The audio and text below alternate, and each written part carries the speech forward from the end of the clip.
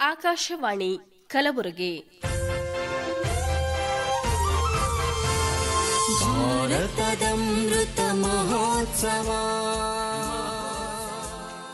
ಭಾರತದ ಸ್ವಾತಂತ್ರ್ಯ ಅಮೃತ ಮಹೋತ್ಸವದ ಸಂದರ್ಭದಲ್ಲಿ ಕಲಬುರಗಿ ಆಕಾಶವಾಣಿ ಕೇಂದ್ರವು ಹಮ್ಮಿಕೊಂಡ ನೇರ ಪ್ರಸಾರದ ಕಾರ್ಯಕ್ರಮಕ್ಕೆ ಸ್ವಾಗತ.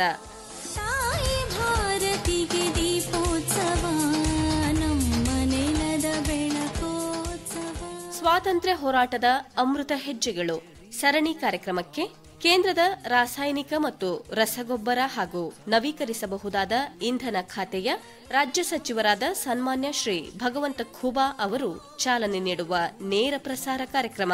ಭಾರತದ ಅಮೃತ ಮಹೋತ್ಸವ. ಈ ಕಾರ್ಯಕ್ರಮದಲ್ಲಿ ಕೇಂದ್ರ ಸಚಿವರೊಂದಿಗೆ ಹೈದರಾಬಾದ್ ಕರ್ನಾಟಕ ವಿಮೋಚನಾ ಸಂಗ್ರಾಮದ ಹೋರಾಟಗಾರರು ಹಾಗೂ ಈ ಬಾರಿಯ ರಾಜ್ಯೋತ್ಸವ ಪ್ರಶಸ್ತಿ ಪುರಸ್ಕೃತರಾದ ಶ್ರೀ ಮಹಾದೇವಪ್ಪ ಕಡೇಚೂರ್ ಮತ್ತು ಕಲ್ಯಾಣ ಕರ್ನಾಟಕ ಮಾನವ ಸಂಪನ್ಮೂಲ ಕೃಷಿ ಮತ್ತು ಸಾಂಸ್ಕೃತಿಕ ಸಂಘದ ಕಾರ್ಯದರ್ಶಿಗಳಾದ ಶ್ರೀ ಭೀಮಾಶಂಕರ್ ತೆಗಳ್ಳಿ ಭಾಗವಹಿಸಲಿದ್ದಾರೆ.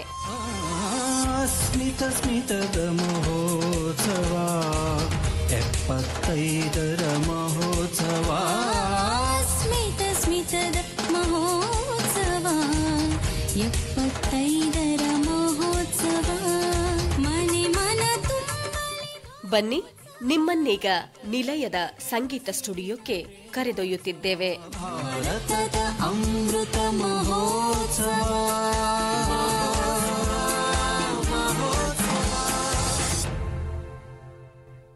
ಎಲ್ಲರಿಗೂ ನಮಸ್ಕಾರ.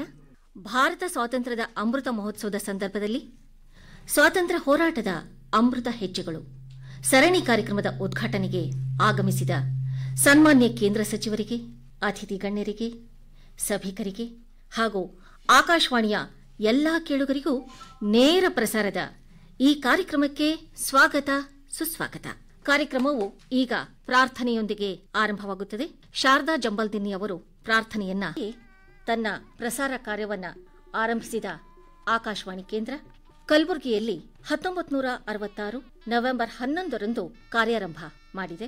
ಅಂದಿನ ಕೇಂದ್ರದ ವಾರ್ತಾ ಸಚಿವರಾದ ಶ್ರೀ ರಾಜ್ ಬಹದ್ದೂರ್ ಅವರು ಕಲಬುರಗಿ ಆಕಾಶವಾಣಿ ಕೇಂದ್ರವನ್ನ ಉದ್ಘಾಟನೆ ಮಾಡಿದ್ರು. ಸನ್ಮಾನ್ಯ ಪ್ರಧಾನಮಂತ್ರಿಗಳಾದ ಶ್ರೀ ನರೇಂದ್ರ ಮೋದಿಜಿಯವರು 2014ರ ಅಕ್ಟೋಬರ್ 3ರಂದು ಆಕಾಶವಾಣಿಯ ನೆಟ್ವರ್ಕ್ ಮುಖಾಂತರ ದೇಶದ ಜನತೆಯೊಂದಿಗೆ ತಮ್ಮ ಮನದ ಮಾತನ್ನು ಮನ್ ಕಿ ಬಾತ್ ಕಾರ್ಯಕ್ರಮದ ಮುಖಾಂತರ ಹಂಚಿಕೊಂಡರು. ಪ್ರತಿ ತಿಂಗಳು ಪ್ರಸಾರವಾಗುವ ಈ ಕಾರ್ಯಕ್ರಮದಲ್ಲಿ ಈಗ ವಿಶ್ವದೆಲ್ಲೆಡೆ ಇರುವ ಭಾರತೀಯರು ಸನ್ಮಾನ್ಯ ಪ್ರಧಾನಿಯವರ ಜೊತೆ ಸಂವಾದದಲ್ಲಿ ಪಾಲ್ಗೊಂಡಿದ್ದಾರೆ. ಮೊನ್ನೆ ಅಕ್ಟೋಬರ್ 24ಕ್ಕೆ 82ನೇ ಕಂತು ಎಪಿಸೋಡ್ ಪ್ರಸಾರ ಆಗಿದೆ. ಇನ್ನೇನು 18 ತಿಂಗಳಲ್ಲೇ ಮನ್ ಕಿ ಬಾತ್ ಶತಕ ಬಾರಿಸಲಿದೆ. ಕಲ್ಯಾಣ ಕರ್ನಾಟಕದ ಜನತೆಯ ಜೀವನಾಡಿಯಾಗಿರುವ ಕಲಬುರಗಿ ಆಕಾಶವಾಣಿ ಅನೇಕ ಜನಪರ ಕಾರ್ಯಕ್ರಮಗಳನ್ನು ಹಮ್ಮಿಕೊಂಡಿದ್ದು ಇದೇ ನವೆಂಬರ್ 11ಕ್ಕೆ 55 ವರ್ಷಗಳನ್ನು ಪೂರೈಸಲಿದೆ. 2016ರ ಡಿಸೆಂಬರ್ 11ರಂದು ಜರುಗಿದ ಕಲಬುರಗಿಯ ಆಕಾಶವಾಣಿಯ ಸುವರ್ಣ ಸಂಭ್ರಮಾಚರಣೆಯಲ್ಲಿ ಸನ್ಮಾನ್ಯ ಉಪರಾಷ್ಟ್ರಪತಿಗಳಾದ ಶ್ರೀ ವೆಂಕಯ್ಯ ನಾಯ್ಡು ಅವರು ಪಾಲ್ಗೊಂಡಿದ್ದನ್ನ ನಾವಿಲ್ಲಿ ಸ್ಮರಿಸಲೇಬೇಕು. ಆಗ ಅವರು ಕೇಂದ್ರದ ವಾರ್ತಾ ಸಚಿವರಾಗಿದ್ದರು. ಇವತ್ತು ಭಾರತ ಸ್ವಾತಂತ್ರ್ಯದ ಅಮೃತ ಮಹೋತ್ಸವದ ಸಂದರ್ಭದಲ್ಲಿ ಸ್ವಾತಂತ್ರ್ಯ ಹೋರಾಟದ ಅಮೃತ ಹೆಜ್ಜೆಗಳು ಸರಣಿಯ ಉದ್ಘಾಟನಾ ಕಾರ್ಯಕ್ರಮಕ್ಕೆ ನಮ್ಮವರೇ ಆದ ಬೀದರ್ ಲೋಕಸಭಾ ಸದಸ್ಯರು, ಕೇಂದ್ರದ ರಾಸಾಯನಿಕ ಮತ್ತು ರಸಗೊಬ್ಬರ ಹಾಗೂ ನವೀಕರಿಸಬಹುದಾದ ಇಂಧನ ಖಾತೆಯ ಸಚಿವರಾದ ಸನ್ಮಾನ್ಯ ಶ್ರೀ ಭಗವಂತ್ ಖೂಬಾ ಅವರು ಆಗಮಿಸಿದ್ದು ನಮ್ಮೆಲ್ಲರಿಗೂ ಅತೀವ ಸಂತಸ ತಂದಿದೆ. ಈಗ ಕಾರ್ಯಕ್ರಮಕ್ಕೆ ಆಗಮಿಸಿದ ಸಚಿವರನ್ನ ಹಾಗೂ ಅತಿಥಿಗಳನ್ನ ಸ್ವಾಗತವನ್ನು ಕೋರಬೇಕಾಗಿ ನಿಲಯದ ಕಾರ್ಯಕ್ರಮ ನಿರ್ವಹಣಾಧಿಕಾರಿಗಳಾದ ಡಾಕ್ಟರ್ ಸದಾನಂದ್ ಪೆರ್ಲಾ ಅವರಲ್ಲಿ ವಿನಂತಿಸಿಕೊಳ್ತೇನೆ. ಆತ್ಮೀಯ ಕೇಳುಗರಿಗೆಲ್ಲ ನಮಸ್ಕಾರ. ಹಾಗೆ ಇಂದಿನ ಈ ಐತಿಹಾಸಿಕವಾಗಿರತಕ್ಕಂಥ ಕಾರ್ಯಕ್ರಮಕ್ಕೆ ಸಾಕ್ಷಿಯಾದ ಎಲ್ಲ ಆದರಣೀಯ ಗಣ್ಯರೇ ಮತ್ತು ಸಂಗೀತ ಸ್ಟುಡಿಯೋದಲ್ಲಿ ಆಸೀನರಾಗಿರ್ತಕ್ಕಂಥ ಎಲ್ಲ ಶ್ರೋತೃ ಬಾಂಧವರೇ, ಬಹಳ ಹೆಮ್ಮೆ ಅನಿಸ್ತಾ ಇದೆ.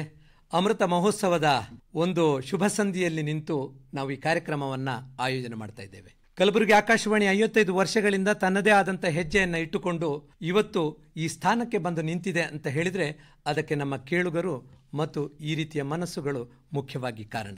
ಈ ಕಾರ್ಯಕ್ರಮದಲ್ಲಿ ನಾವು ಅಮೃತ ಮಹೋತ್ಸವವನ್ನು ಹೇಗೆ ಆಚರಿಸಬೇಕು, ಯಾವ ರೀತಿ ನಾವು ಜನಮಾನಸಕ್ಕೆ ಮುಟ್ಟಿಸಬೇಕು ಅನ್ನುವ ಚಿಂತನೆ ಪ್ರಾರಂಭ ಆದಾಗ ಕಲಬುರಗಿ ಆಕಾಶವಾಣಿಗೆ ವಿಶೇಷವಾಗಿರ್ತಕ್ಕಂಥ ವೈಶಿಷ್ಟ್ಯತೆಯನ್ನು ಹೊಂದಿರುವುದರಿಂದ ತನ್ನದೇ ಆದ ರೀತಿಯಲ್ಲಿ ಒಂದು ರೂಪುರೇಷೆಯನ್ನು ಹಾಕುವುದು ಅಂತ ನಾವು ತೀರ್ಮಾನ ಮಾಡಿದೆವು. ಈ ಕಾರ್ಯಕ್ರಮವನ್ನು ಒಂದು ಅವಿಸ್ಮರಣೀಯ ಮಾಡಬೇಕು, ಒಂದು ಸ್ಮರಣೀಯ ಘಟನೆಯನ್ನಾಗಿ ಸಾಕ್ಷಿಯಾಗಿಸಬೇಕು ಅನ್ನುವ ನೆಲೆಯಲ್ಲಿ ಇವತ್ತಿನ ಕಾರ್ಯಕ್ರಮ ಸಂಪನ್ನಗೊಳ್ತಾ ಇದೆ.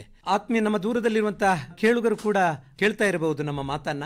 ಯಾಕೆಂತ ಹೇಳಿದ್ರೆ ಕಲಬುರಗಿ ಆಕಾಶವಾಣಿ ಇತ್ತೀಚಿನ ದಿನಗಳಲ್ಲಿ ನ್ಯೂಸ್ ಆನ್ ಏರ್ ಆ್ಯಪ್ನ ಮೂಲಕ, ಅದು ಗುಜರಾತ್ ಇರಬಹುದು ಅಥವಾ ಬೇರೆ ಬೇರೆ ರಾಜ್ಯಗಳಿಂದ ಕೂಡ ಬಹಳಷ್ಟು ಜನ ನಮಗೆ ಸ್ಪಂದನೆ ಮಾಡಿ ನಮ್ಮ ಕಾರ್ಯಕ್ರಮದ ಬಗ್ಗೆ ಮೆಚ್ಚುಗೆಯನ್ನು ವ್ಯಕ್ತಪಡಿಸ್ತಾ ಇದ್ದಾರೆ. ಅಮೃತ ಮಹೋತ್ಸವದ ಈ ಶುಭ ಸಂಧಿಯಲ್ಲಿ ಪ್ರಸಾರ ಭಾರತಿಯು ದೊಡ್ಡ ಯೋಜನೆಯನ್ನು ಹಾಕಿಕೊಂಡಿತು. ಪ್ರಸಾರ ಮಾಧ್ಯಮದ ದೂರದರ್ಶನ ಆಗಿರ್ಬೋದು, ಆಕಾಶವಾಣಿ ಆಗಿರ್ಬೋದು, ನಾವು ವೈವಿಧ್ಯಮಯವಾಗಿರ್ತಕ್ಕಂಥ ಕಾರ್ಯಕ್ರಮವನ್ನು ಜನಮಾನಸಕ್ಕೆ ಮುಟ್ಟಿಸಿ ರಾಷ್ಟ್ರಭಕ್ತಿಯನ್ನ, ರಾಷ್ಟ್ರ ಪ್ರೇಮವನ್ನು ಸ್ಫುರಿಸುವಂಥ ಕಾರ್ಯಕ್ರಮ ಮತ್ತು ನಮ್ಮ ಭಾರತ ಯುವ ಭಾರತ ಆಗಿರುವುದರಿಂದ ನಮ್ಮ ಯುವಜನರಿಗೆ ಈ ಸಂದೇಶವನ್ನು ಮುಟ್ಟಿಸಿ, ನಾವೇನು ಸ್ವಾತಂತ್ರ್ಯದ ಸಂಗ್ರಾಮದಲ್ಲಿ ಹೋರಾಡಿದವರಲ್ಲ, ಆದರೆ ರಾಷ್ಟ್ರವನ್ನು ಕಟ್ಟುವುದರಲ್ಲಿ ನಮ್ಮನ್ನು ತೊಡಗಿಸಿಕೊಳ್ಳುವಂತೆ ಆ ಎಲ್ಲ ಮಹನೀಯರ ಸಾಹಸಗಾಥೆಗಳು ಪ್ರೇರಣೆ ಆಗಲಿ ಅನ್ನುವ ನೆಲೆಯಲ್ಲಿ ಈ ರೀತಿಯ ಕಾರ್ಯಕ್ರಮಕ್ಕೆ ಚಾಲನೆ ನೀಡಲಿಕ್ಕೆ ನಮ್ಮ ಸನ್ಮಾನ್ಯ ಪ್ರಧಾನಮಂತ್ರಿ ನರೇಂದ್ರ ಮೋದಿಜಿಯವರ ಆ ಒಂದು ಆಶಯದಂತೆ ಇವತ್ತು ಇಡೀ ಭಾರತದಲ್ಲಿ ಆಕಾಶವಾಣಿ ಮತ್ತು ದೂರದರ್ಶನ ಕೆಲಸ ಮಾಡ್ತಾ ಇರುವುದನ್ನು ಗಮನಿಸಬಹುದು. ಇಂತಹ ಒಂದು ಅದ್ಭುತವಾದಂಥ ಚಿಂತನೆಯನ್ನು ಇಟ್ಟುಕೊಂಡು ಕರ್ನಾಟಕ ರಾಜ್ಯದಲ್ಲಿ ಕೂಡ ನಮ್ಮ 14 ಆಕಾಶವಾಣಿಗಳು ಕೂಡ ಬೇರೆ ಬೇರೆ ರೀತಿಯ ಕಾರ್ಯಕ್ರಮಗಳನ್ನು ಮಾಡ್ತಾ ಇದೆ.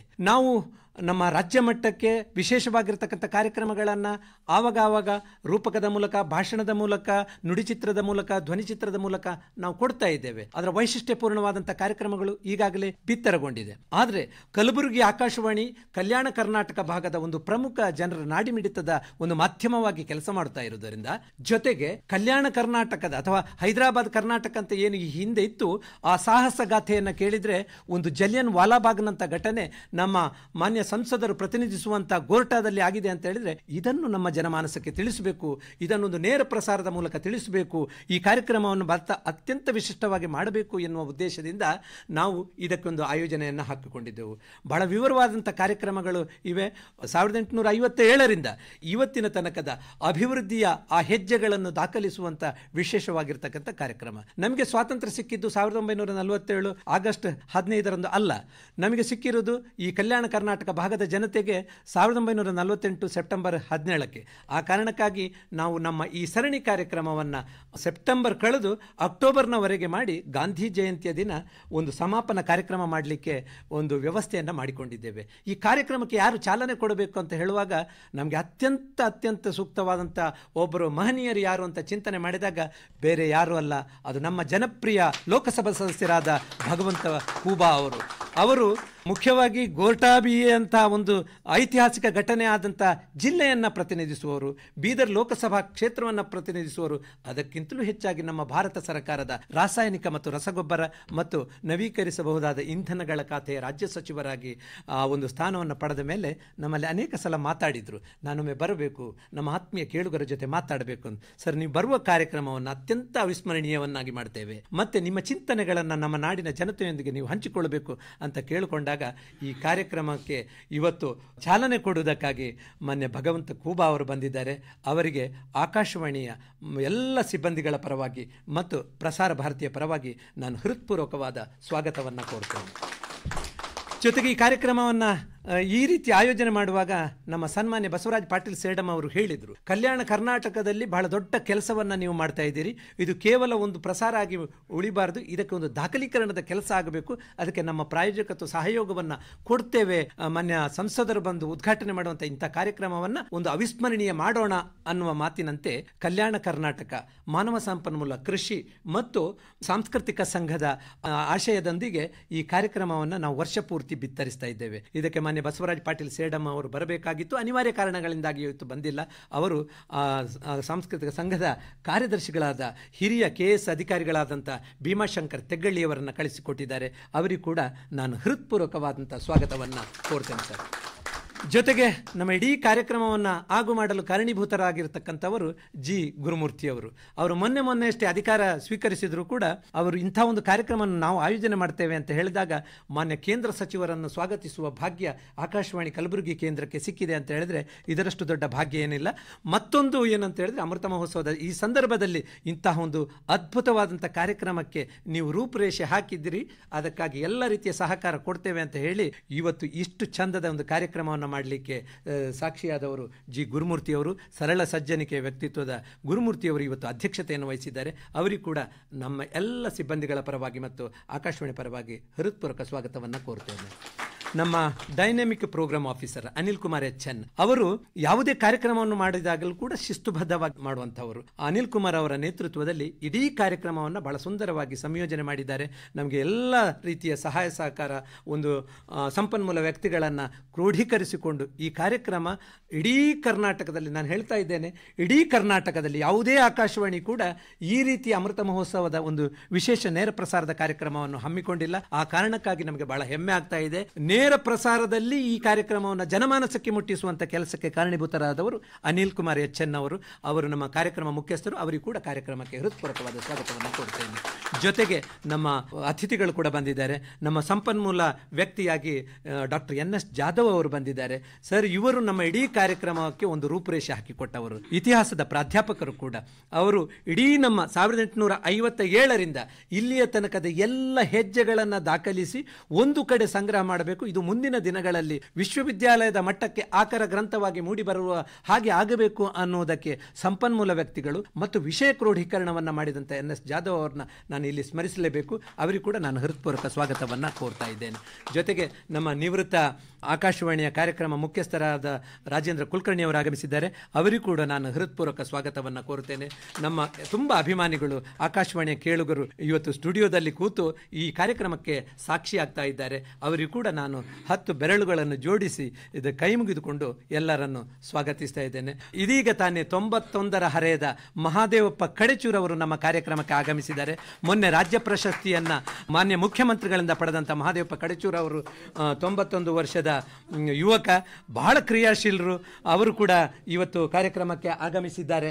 ಅವರನ್ನು ನಾನು ಎಲ್ಲ ನಮ್ಮ ಆಕಾಶವಾಣಿಯ ಪ್ರಸಾರ ಭಾರತಿಯ ಪರವಾಗಿ ಹೃತ್ಪೂರ್ವಕವಾಗಿ ಸ್ವಾಗತವನ್ನು ಕೋರ್ತಾ ಇದ್ದೇನೆ. ಅವರಿಗೆ ಹೃತ್ಪೂರ್ವಕ ಸ್ವಾಗತ. ಜೊತೆಗೆ ನಮ್ಮ ಆಕಾಶವಾಣಿಯನ್ನು ಇದೀಗ ರಾಜ್ಯಗಳಲ್ಲಿ, ದೇಶದಲ್ಲಿ ಮತ್ತು ವಿದೇಶದಲ್ಲಿ ಕೂಡ ನಮ್ಮ ನ್ಯೂಸ್ ಆನ್ ಆ್ಯಪ್ನ ಮೂಲಕ ಕೇಳ್ತಾ ಇದ್ದಾರೆ. ಅಂತಹ ಕೇಳುಗ ಬಂಧುಗಳಿಗೂ ಕೂಡ ನಾನು ಹೃತ್ಪೂರ್ವಕವಾದಂಥ ಸ್ವಾಗತವನ್ನು ಕೋರಿ ಇಡೀ ಕಾರ್ಯಕ್ರಮ ಸಾಂಗವಾಗಿ ನೆರವೇರಲಿ ಅಂತ ಮತ್ತೊಮ್ಮೆ ಹಾರೈಸ್ತಾ ನಮ್ಮ ಮನವಿಯನ್ನು ಅಥವಾ ನಮ್ಮ ಆಮಂತ್ರಣವನ್ನು ಒಪ್ಪಿ ಬಂದ ಎಲ್ಲರಿಗೂ ಕೂಡ ಮತ್ತೊಮ್ಮೆ ಹೃತ್ಪೂರ್ವಕ ನಮಸ್ಕಾರಗಳನ್ನು ಮತ್ತು ಸ್ವಾಗತವನ್ನು ಕೋರಿ ನನ್ನ ಮಾತಿಗೆ ವಿರಾಮ ನೀಡುತ್ತೇನೆ. ಜೈ ಹಿಂದ್.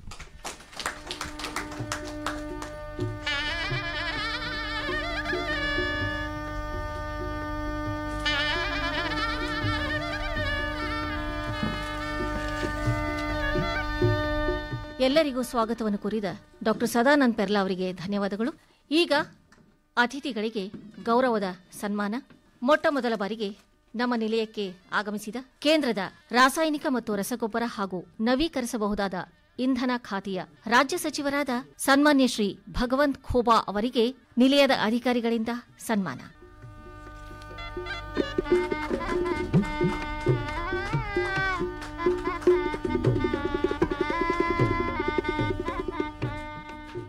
ಧನ್ಯವಾದಗಳು. ಈಗ ಹಿರಿಯ ಶ್ರೇಣಿಯ ಕೆಎಸ್ ಅಧಿಕಾರಿಗಳು, ಕಲ್ಯಾಣ ಕರ್ನಾಟಕ ಮಾನವ ಸಂಪನ್ಮೂಲ ಹಾಗೂ ಕೃಷಿ ಮತ್ತು ಸಾಂಸ್ಕೃತಿಕ ಸಂಘದ ಕಾರ್ಯದರ್ಶಿಗಳಾದ ಶ್ರೀ ಭೀಮಾಶಂಕರ್ ತೆಗ್ಗಳಿ ಅವರಿಗೆ ಗೌರವ ಸನ್ಮಾನ ನಿಲಯದ ಅಧಿಕಾರಿಗಳಿಂದ.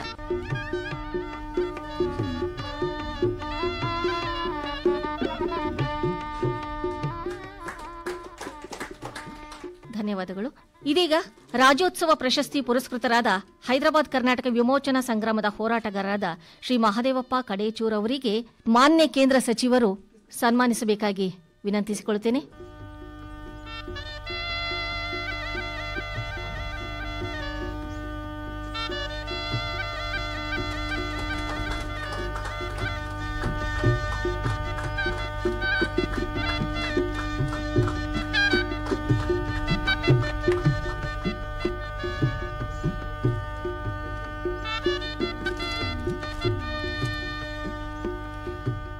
ಧನ್ಯವಾದಗಳು ಸಚಿವರಿಗೆ. ಈಗ ನಿಲಯದ ಮುಖ್ಯಸ್ಥರಾದ ಶ್ರೀ ಜಿ ಗುರುಮೂರ್ತಿ ಅವರಿಗೆ ಅಸರ್ ಅವರು ಪುಷ್ಪಗುಚ್ಛ ನೀಡಿ ಗೌರವಿಸಬೇಕಾಗಿ ವಿನಂತಿ.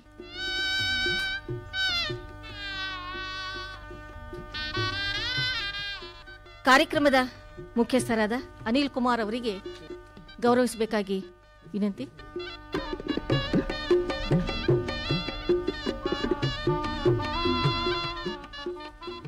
ಸನ್ಮಾನ ಕಾರ್ಯಕ್ರಮದಲ್ಲಿ ಪಾಲ್ಗೊಂಡ ಎಲ್ಲರಿಗೂ ಧನ್ಯವಾದಗಳು. ಈಗ ಕಲಬುರಗಿ ಆಕಾಶವಾಣಿ ಕೇಂದ್ರದ ಕಾರ್ಯಕ್ರಮ ಮುಖ್ಯಸ್ಥರಾದ ಶ್ರೀ ಅನಿಲ್ ಕುಮಾರ್ HN ಅವರು ಪ್ರಾಸ್ತಾವಿಕ ಮಾತುಗಳನ್ನಾಡಬೇಕಂತ ಕೇಳ್ಕೊಳ್ತೇನೆ.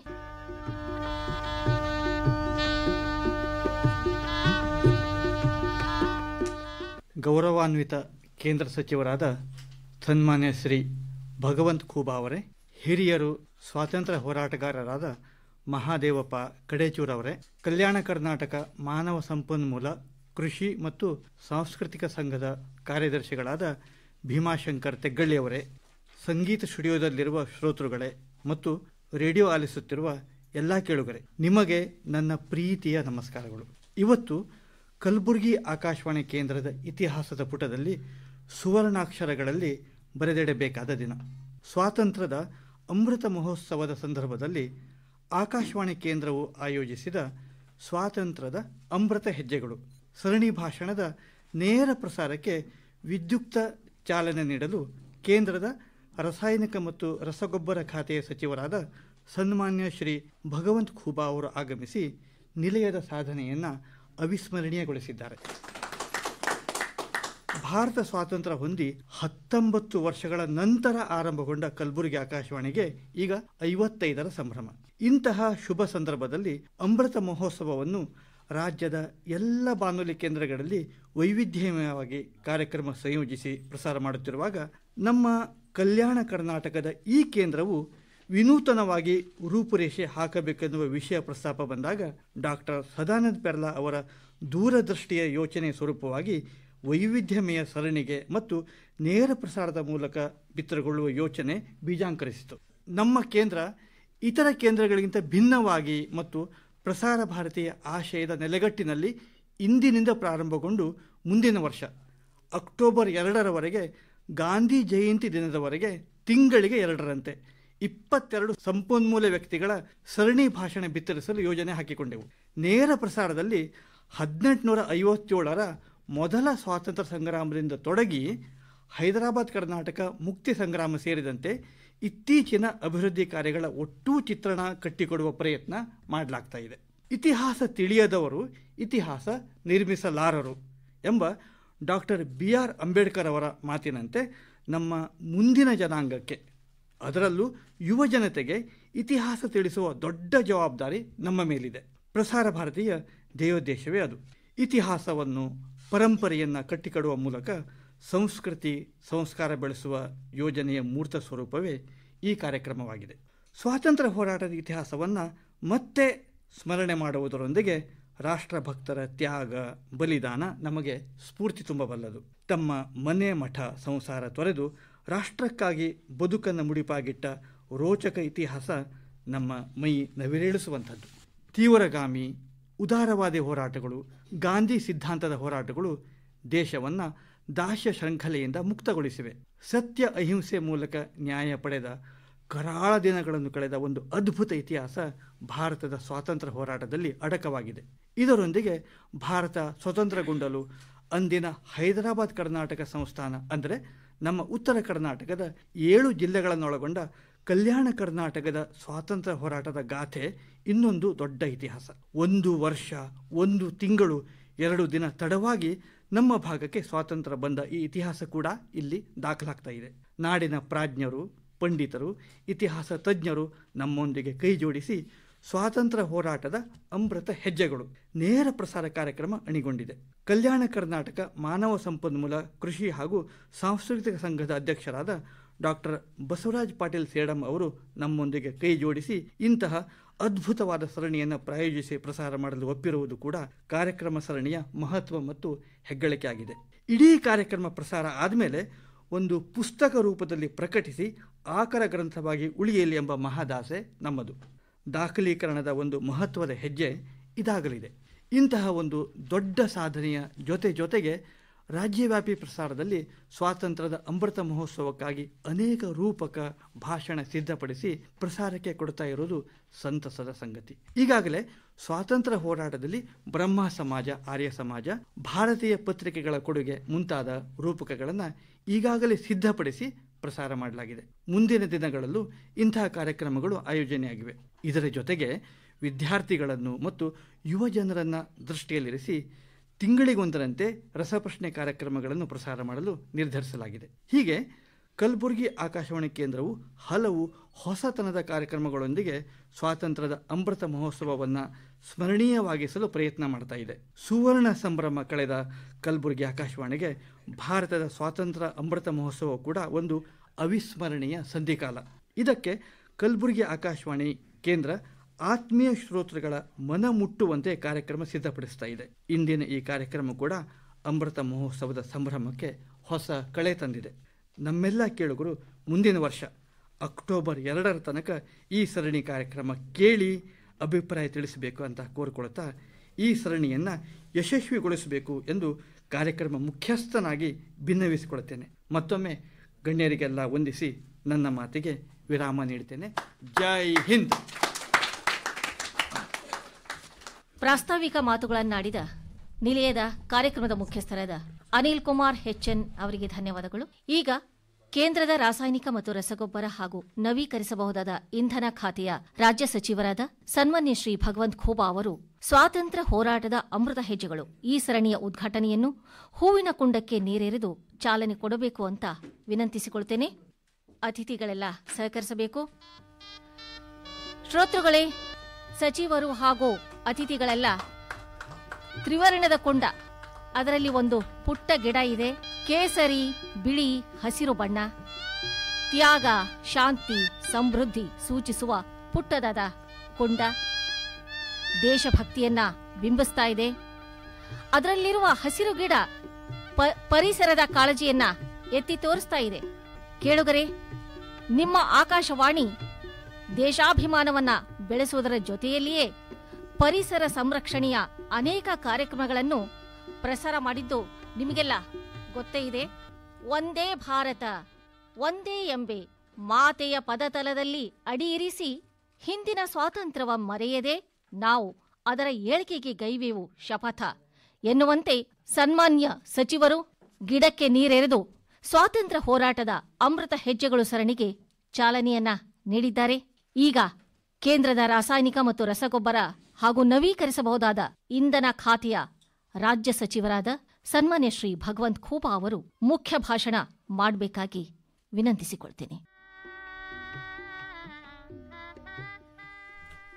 ಸ್ವಾತಂತ್ರ್ಯದ 75ನೇ ವರ್ಷದ ನಿಮಿತ್ತವಾಗಿ ಸ್ವಾತಂತ್ರ್ಯದ ಅಮೃತ ಹೆಜ್ಜೆಗಳು ಕಾರ್ಯಕ್ರಮ ಹಮ್ಮಿಕೊಂಡಿರುವ ಆಕಾಶವಾಣಿ ಮತ್ತು ಪ್ರಸಾರ ಭಾರತಿಯ ಸಮಸ್ತ ಕೇಳುಗರಿಗೆ ನನ್ನ ನಮಸ್ಕಾರ ಮತ್ತು ಭಾರತದ ಸ್ವಾತಂತ್ರ್ಯದ ಅಮೃತ ಮಹೋತ್ಸವದ ಶುಭಾಶಯಗಳು.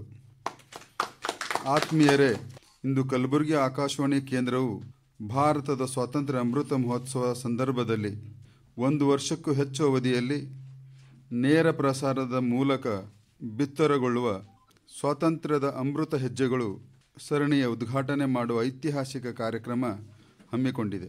ಇಂತಹ ಮಹತ್ವಪೂರ್ಣವಾದ ಕಾರ್ಯಕ್ರಮದಲ್ಲಿ ಉಪಸ್ಥಿತರಿರುವ ಹೈದರಾಬಾದ್ ಕರ್ನಾಟಕ ಸಂಗ್ರಾಮದ ಸ್ವಾತಂತ್ರ್ಯ ಯೋಧ ಹಾಗೂ ನವೆಂಬರ್ 1ರಂದು ರಾಜ್ಯೋತ್ಸವ ಪ್ರಶಸ್ತಿ ಪಡೆದ ಮಹಾದೇವಪ್ಪ ಕಡಚೂರ್ ಅವರೇ, ಕಲ್ಯಾಣ ಕರ್ನಾಟಕ ಮಾನವ ಸಂಪನ್ಮೂಲ ಕೃಷಿ ಮತ್ತು ಸಾಂಸ್ಕೃತಿಕ ಸಂಘದ ಕಾರ್ಯದರ್ಶಿಗಳಾದ ಹಿರಿಯ ಶ್ರೇಣಿಯ KS ಅಧಿಕಾರಿಗಳಾದ ಭೀಮಾಶಂಕರ್ ತೆಗ್ಗಳ್ಳಿಯವರೇ, ಕೇಂದ್ರದ ಮುಖ್ಯಸ್ಥರಾದ G ಗುರುಮೂರ್ತಿಯವರೇ, ನಿಲಯದ ಕಾರ್ಯಕ್ರಮ ಮುಖ್ಯಸ್ಥರಾದ ಅನಿಲ್ ಕುಮಾರ್ HN ಅವರೇ, ಕಾರ್ಯಕ್ರಮ ನಿರ್ವಹಣಾಧಿಕಾರಿ ಡಾಕ್ಟರ್ ಸದಾನಂದ್ ಪರ್ಲೆಯವರೇ ಮತ್ತು ಇಲ್ಲಿನ ಸಿಬ್ಬಂದಿಗಳೇ ಹಾಗೂ ನ್ಯೂಸ್ ಆನ್ ಏರ್ ಮೂಲಕ ನೇರ ಪ್ರಸಾರ ಆಲಿಸುತ್ತಿರುವ ದೇಶ ವಿದೇಶಗಳ ಶ್ರೋತೃಗಳೇ, ತಮಗೆಲ್ಲ ಆತ್ಮೀಯ ನಮಸ್ಕಾರಗಳು. ಅತಿಥಿ ದೇವೋಭವ, ಸರ್ವೇ ಜನ ಸುಖಿನೋ ಭವಂತು ಇತ್ಯಾದಿ ವಿಶ್ವ ಮಾನವ ಕಲ್ಯಾಣ, ವಿಶ್ವ ಪ್ರೇಮ ಹಾಗೂ ವಿಶ್ವ ಬಂಧುತ್ವದ ಉದಾತ್ತ ಮೌಲ್ಯಗಳನ್ನು ಹೊಂದಿದ ಭಾರತ ಪ್ರಾಚೀನ ಕಾಲದಿಂದಲೂ ಜಗತ್ತಿನ ಕಲ್ಯಾಣವನ್ನು ಬಯಸುತ್ತಾ ಬಂದಿದೆ. 1970ರ ನಂತರ ವಿಶ್ವದ ನಾಯಕರು ಪರಿಸರದ ಬಗ್ಗೆ ಕಣ್ತೆರೆದು ಈ ಬಗ್ಗೆ ತಮ್ಮ ಕಾಳಜಿಯನ್ನು ತೋರುತ್ತಾ ಬಂದಿರುವುದನ್ನು ನಾವು ಕಾಣುತ್ತೇವೆ. ಆದರೆ ಭಾರತೀಯರು ಸಿಂಧೂ ನದಿ ನಾಗರಿಕತೆಯ ಕಾಲದಿಂದಲೂ, ಅಂದರೆ ಸರಿಸುಮಾರು 5,000 ವರ್ಷಗಳಿಂದ ಪ್ರಕೃತಿಯನ್ನು ಆರಾಧಿಸುತ್ತಾ ನದಿ, ನಾಲ, ಜಲ, ಜಂಗಲ, ಗಿಡ, ಪ್ರಾಣಿ, ಪಕ್ಷಿಗಳನ್ನು ಆರಾಧಿಸುತ್ತಾ ಬಂದಿರುವುದು ನಮ್ಮ ಜನರು ಪರಿಸರ ಪ್ರೇಮ ಎಂದು ಮತ್ತು ಕಾಳಜಿಗೆ ಸರಿಸಾಟಿಯಾಗಬಲ್ಲ ಯಾವುದಾದರೂ ದೇಶ ಉಂಟೆ?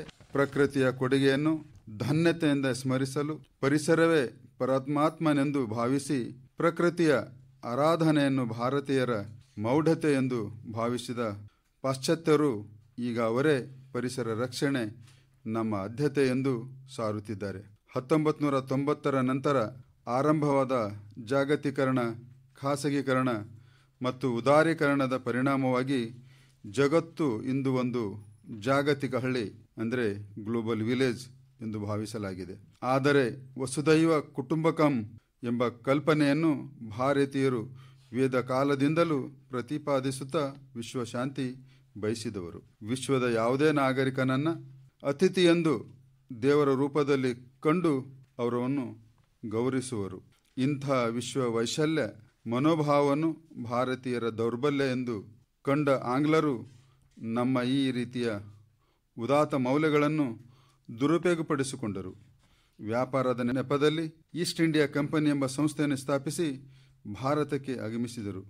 ಮೂಲತಃ ವ್ಯಾಪಾರಿಗಳಾಗಿದ್ದ ಆಂಗ್ಲರು ಭಾರತೀಯ ಪ್ರತಿಯೊಂದು ಮೌಲ್ಯಗಳು, ರಾಜಕೀಯ, ಸಾಮಾಜಿಕ ಮತ್ತು ಧಾರ್ಮಿಕ ವ್ಯವಸ್ಥೆಯನ್ನು ಲಾಭ ನಷ್ಟದ ದೃಷ್ಟಿಯಿಂದಲೇ ಲೆಕ್ಕ ಹಾಕುತ್ತಾ ಒಂದೊಂದು ಹೆಜ್ಜೆ ಹಾಕತೊಡಗಿದರು. ಅಂದು ಅಸ್ತಿತ್ವದಲ್ಲಿದ್ದ ಭಾರತದಲ್ಲಿನ ರಾಜಕೀಯ ಕಿಚ್ಚಾಟ ಮತ್ತು ಅನೈತಿಕತೆ ಆಂಗ್ಲರಿಗೆ ಮತ್ತಷ್ಟು ವರದಾನವಾಯಿತು. ಮೊಘಲ ಚಕ್ರವರ್ತಿ ಶಹಜಹಾನನಿಂದ ಗುಜರಾತಿನ ಸೂರತ್ನಲ್ಲಿ ವ್ಯಾಪಾರ ಮಾಡಲು ಅನುಮತಿಯನ್ನು ಪಡೆದ ಆಂಗ್ಲರು ಭಾರತದಲ್ಲಿ ತಮ್ಮ ವ್ಯಾಪಾರದ ವ್ಯವಹಾರವನ್ನು ಆರಂಭಿಸಿದರು. ಕ್ರಮೇಣ ಒಂದೊಂದಾಗಿ ತಮ್ಮ ವ್ಯಾಪಾರದ ಜಾಲವನ್ನು ವಿಸ್ತರಿಸುತ್ತಾ ಮುಂಬೈ, ಚೆನ್ನೈ ಮತ್ತು ಕೋಲ್ಕತ್ತಾ ಮುಂತಾದ ಮಹಾನಗರ ಪಾಲಿಕೆಗಳ ಮೇಲೆ ತಮ್ಮ ಛಾಪನ್ನು ಮೂಡಿಸಿ ಆ ಮೂಲಕ 3 ಸಮುದ್ರಗಳ ಮೇಲೆ ತಮ್ಮ ವ್ಯಾಪಾರವನ್ನು ನಿಯಂತ್ರಣಕ್ಕೆ ಪಡೆದರು. ಕರ್ನಾಟಕ ನವಾಬರು, ಹೈದರಾಬಾದಿನ ನಿಜಾಮನ ಉತ್ತರಾಧಿಕಾರಿಗಳು ಹಾಗೂ ಬಂಗಾಲದ ನವಾಬರ ನಡುವೆ ರಾಜಕೀಯ ಉತ್ತರಾಧಿಕಾರಕ್ಕಾಗಿ ಆರಂಭವಾದ ಸಂಘರ್ಷ, ಒಳಸಂಚುಗಳು ಮತ್ತು ರಾಜಕೀಯ ಷಡ್ಯಂತ್ರಗಳನ್ನು ಸೂಕ್ಷ್ಮವಾಗಿ ಗಮನಿಸುತ್ತಾ ಆಂಗ್ಲರು ತಮ್ಮ ಶಕ್ತಿಯನ್ನು ಆರ್ಥಿಕವಾಗಿ ಬಲಪಡಿಸಿಕೊಳ್ಳುತ್ತಾ ಮುಂದೆ ಸಾಗಿದರು. ಮತ್ತೊಂದೆಡೆ ಈ 3 ಪ್ರದೇಶಗಳಲ್ಲಿನ ರಾಜಕೀಯ ಸಂಘರ್ಷಗಳನ್ನು ತಮ್ಮ ಲಾಭಕ್ಕಾಗಿ ಬಳಸಿಕೊಳ್ಳಲು ಬಹಳ ಎಚ್ಚರಿಕೆಯಿಂದ ರಾಜಕೀಯದಲ್ಲಿ ಹಸ್ತಕ್ಷೇಪ ಮಾಡದೆ ಪರೋಕ್ಷವಾಗಿ ತಮ್ಮ ಕೈಚಳಕವನ್ನು ಪ್ರದರ್ಶನ ಮಾಡಿದರು. ದುರ್ಬಲನು ಮತ್ತು ತಮ್ಮ ಕೈಗೊಂಬೆಯಾಗಬಲ್ಲ ನವಾಬನನ್ನು ಬೆಂಬಲಿಸಿ ಸಬಲ ಎದುರಾಳಿಯನ್ನು ದಮನ ಮಾಡಿದರು. ಆ ನಂತರ ತಮ್ಮ ಹೌದೌದು ಎಸ್ ಸರ್ ಎಂಬ ದುರ್ಬಲ ದೊರೆಯನ್ನು ಈ ಮೂಲಕ ಪ್ರದೇಶಗಳ ಸಿಂಹಾಸನದ ಮೇಲೆ ಕೂಡಿಸಿ ಅವರಿಂದ ಕಾಣಿಕೆ ರೂಪದಲ್ಲಿ ಅಪಾರವಾದ ಸಂಪತ್ತನ್ನು ದೋಚಿದರು.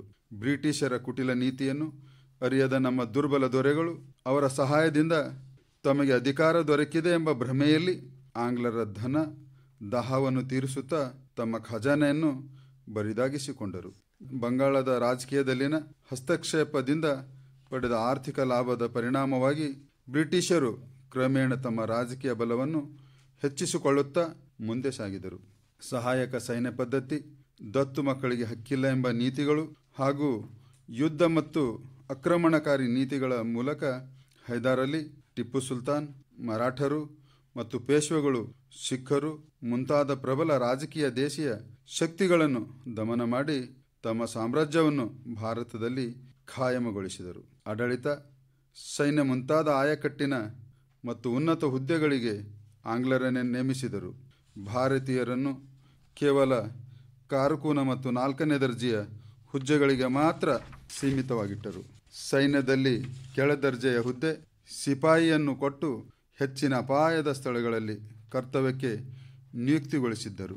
ಯುದ್ಧಗಳಂಥ ಸನ್ನಿವೇಶದಲ್ಲಿ ಭಾರತೀಯ ಸಿಪಾಯಿಗಳನ್ನು ಮುಂದಿನ ಸಾಲಿನಲ್ಲಿ ನಿಲ್ಲಿಸುತ್ತಿದ್ದರು. ಹೀಗಾಗಿ ಭಾರತೀಯ ಸೈನಿಕರ ಪ್ರಾಣ ಹಾನಿ ಅಧಿಕವಾಗುತ್ತಿತ್ತು. ಒಟ್ಟಿನಲ್ಲಿ ಕಂದಾಯ, ಸಾಮಾನ್ಯ ಆಡಳಿತ ಹಾಗೂ ಸೈನಿಕ ಸೇವೆ ಭಾರತೀಯರಲ್ಲಿ ಭ್ರಮನಿರಸನ ಉಂಟು ಮಾಡಿತ್ತು. ಸಾಮಾಜಿಕ ರಂಗದಲ್ಲಿ ಭಾರತೀಯರನ್ನು ತುಚ್ಛವಾಗಿ ಕಾಣತೊಡಗಿದರು. ಆಂಗ್ಲರ ಕ್ಲಬ್, ಹೋಟೆಲ್ ಮತ್ತು ರೆಸ್ಟೋರೆಂಟ್ಗಳಲ್ಲಿ ಭಾರತೀಯರ ಪ್ರವೇಶವನ್ನು ನಿಷೇಧಿಸಿದರು. ಭಾರತೀಯರನ್ನು ಅನಾಗರಿಕರು ಎಂದು ಭಾವಿಸಿದ ಆಂಗ್ಲರು ತಮ್ಮ ಬೆಳೆಯರ ಹೊರೆಯ ಸಿದ್ಧಾಂತದ ವೈಟ್ ಮ್ಯಾನ್ಸ್ ಬರ್ಡನ್ ಮೂಲಕ ಮತಾಂತರಗೊಳಿಸತೊಡಗಿದರು. ಇಂಗ್ಲೆಂಡಿನಲ್ಲಿ ಆರಂಭವಾದ ಕೈಗಾರಿಕಾ ಕ್ರಾಂತಿಯ ಕಾರಣ ಭಾರತದ ಕೃಷಿಯನ್ನು ಇಂಗ್ಲೆಂಡಿನ ಕೈಗಾರಿಕೆಗಳಿಗೆ ಕಚ್ಚಾ ವಸ್ತುಗಳನ್ನು ಪೂರೈಸಲು ಬಳಸತೊಡಗಿದರು. ಅದರಂತೆ ಪೂರಕ ಬೆಳೆಗಳನ್ನು ಬೆಳೆಸಲು ಬಲವಂತ ಪಡಿಸಿದರು. ಕಡಿಮೆ ಬೆಲೆಗೆ ಕಚ್ಚಾ ವಸ್ತುಗಳನ್ನು ಖರೀದಿಸಿ ಇಂಗ್ಲೆಂಡಿಗೆ ಸಾಗಿಸಿ ಅಲ್ಲಿ ಸಿದ್ಧ ವಸ್ತುಗಳನ್ನು ತಯಾರಿಸಿ ಪುನಃ ಭಾರತಕ್ಕೆ ತಂದು ಅಧಿಕ ಬೆಲೆಗೆ ಮಾರತೊಡಗಿದರು. ಸ್ವಾವಲಂಬಿ ಕೃಷಿ ಪದ್ಧತಿಯನ್ನು ಧ್ವಂಸ ಮಾಡಿ ಕೃತಕ ಬರಗಾಲಕ್ಕೆ ಕಾರಣವಾದರು. ಆಹಾರದ ಕೊರತೆ, ನಿರುದ್ಯೋಗ, ಬರ, ಬಡತನ ಮುಂತಾದ ಸಮಸ್ಯೆಗಳ ಬಲೆಯಲ್ಲಿ ಭಾರತೀಯರನ್ನು ನರಳುವಂತೆ ಮಾಡಿದರು. ಖಾಯಂ ಜಮೀನ್ದಾರಿ, ರೈತವಾರಿ ಮತ್ತು ಮಹಲ್ವಾರಿಗಳಂತಹ ನವೀನ ಆರ್ಥಿಕ ನೀತಿಗಳನ್ನು ಜಾರಿಗೆ ತಂದು ಜಮೀನ್ದಾರರು, ಲೇವಿದಾರರು, ಸಾಹುಕಾರರು ಮುಂತಾದ ನವೀನ ವರ್ಗವನ್ನು ಸೃಷ್ಟಿಸಿದರು.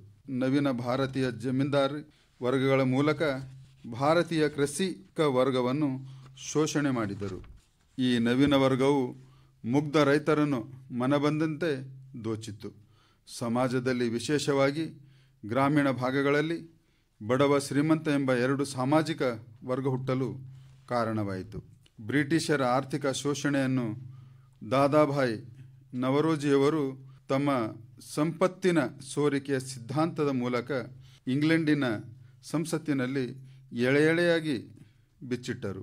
ಆಂಗ್ಲರ ಅನ್ಯಾಯ, ಅತ್ಯಾಚಾರ ಮತ್ತು ಶೋಷಣೆಯ ವಿರುದ್ಧ ಭಾರತೀಯರು 1857ರಲ್ಲಿ ಪ್ರಥಮ ಬಾರಿಗೆ ಏಕತೆಯಿಂದ ಹೋರಾಡಿ ಕಂಪನಿಯ ಆಡಳಿತವನ್ನು ಕೊನೆಗಾಣಿಸಿದರು. 1857ರ ನಂತರ ಆಂಗ್ಲ ವ್ಯಾಪಾರಿಗಳ ಆಡಳಿತ ಕೊನೆಗೊಂಡಿತು.